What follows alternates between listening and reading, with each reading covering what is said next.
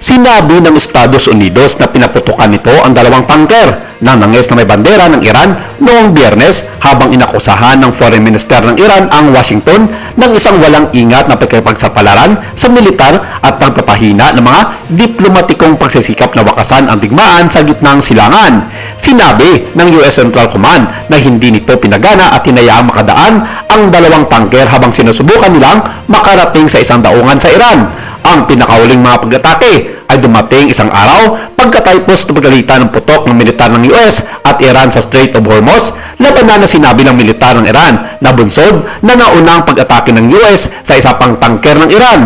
Dumating din sila habang sinabi ng mga opisyal ng Iran na pinagtatalunan ng Washington at Iran ang isang pahinang panukala ng US para sa mga panig na muling buksan ang kipot at itigil ang labanan sa loob ng 30 days habang nakikipag-usap sila sa isang komprehensibong kasunduan upang wakasan na ang digmaan.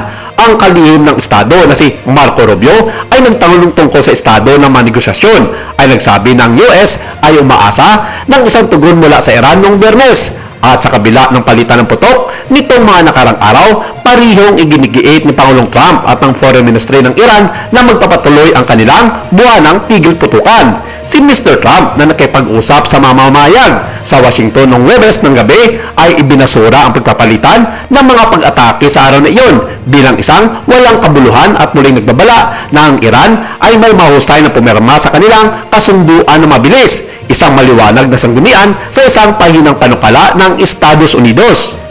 At noong Biyernes, ang Iranian Foreign Minister na si Abbas Araghchi ay nagtanong sa isang post sa social media kung ang mga welga ng US ay isang crude pressure tactics. Ang isang pangunahing hadlang sa anumang kasunduan ay ang kahilingan ng US para sa mga paunang pangako sa kapalaran ng programang nuklear ng Iran at ang stockpile nito ng napakayamang uranium. Sinabi ng tatlong matataas na opisyal ng Iran, nagsalita sila sa kondisyon na hindi magpakilala upang talakayin ang sensitibong diplomasya.